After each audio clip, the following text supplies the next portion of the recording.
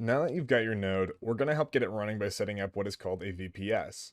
Nodes in most blockchain technologies require a powerful computer and a stable internet connection in order to run well.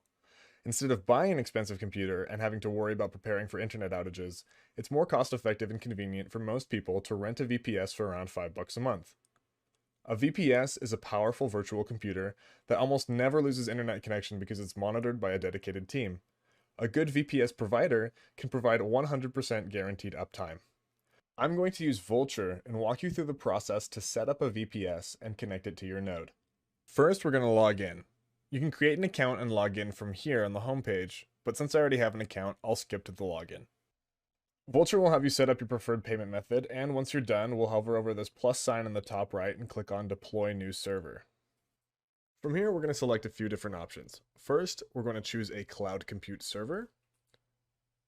Next, scrolling down, we're going to choose the location closest to us. In my case, that is Los Angeles.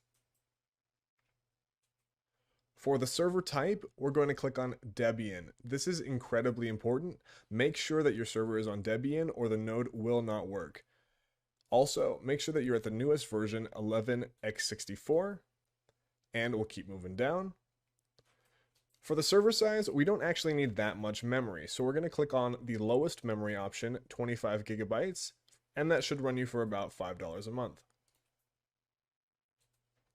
Skip the additional features, we don't need any of them, and some of them can actually break the node.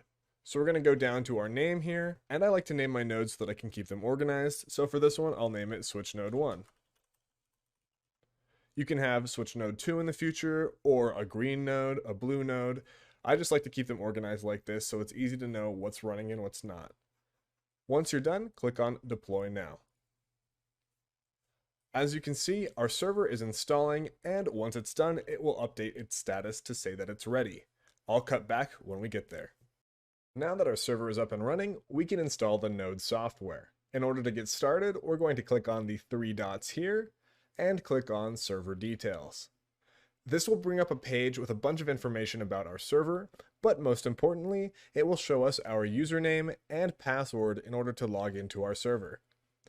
We're going to copy the password now by clicking on the Copy Password button right here in order to use it in a sec.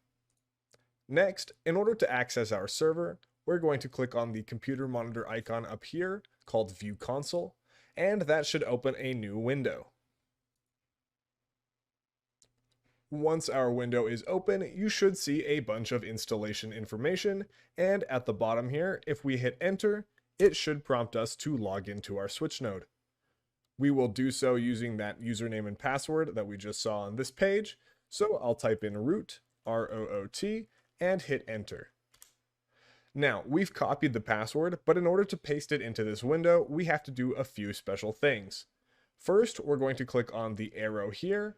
Then we're going to click on the clipboard button. Next, we're going to click inside this box here and paste our password into the box. Finally, in order to paste this information into the server, we will click on the paste button, and that should make everything disappear from that box. Nothing will show up inside the server, but that's a security feature of Debian, so that's totally normal. And we'll close this menu here by clicking on the arrow one more time and hitting enter to continue.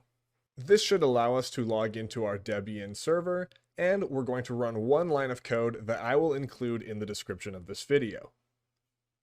Copy this code from the video's description, and once you're ready, we're going to click on the arrow icon one more time, click on the clipboard just like we did before, and paste that line of code into the clipboard.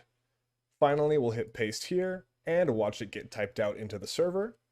And once it's done, we will simply close this window one more time and hit enter. The server will prompt us to log in with our Switch username and password, which I will do now. And once we're done, the server should configure our node and tell you that it's ready to run the node. Sometimes the server will ask for an additional confirmation, just a yes or no. If it does, just hit Y and hit enter to continue. Finally, I'm going to show you one more little trick to check and make sure that your node is active and running, just like you see here. In order to do so, we're going to click on the arrow on the clipboard, and then we're going to paste in one more little bit of code that I will include in the description as well. That looks like this.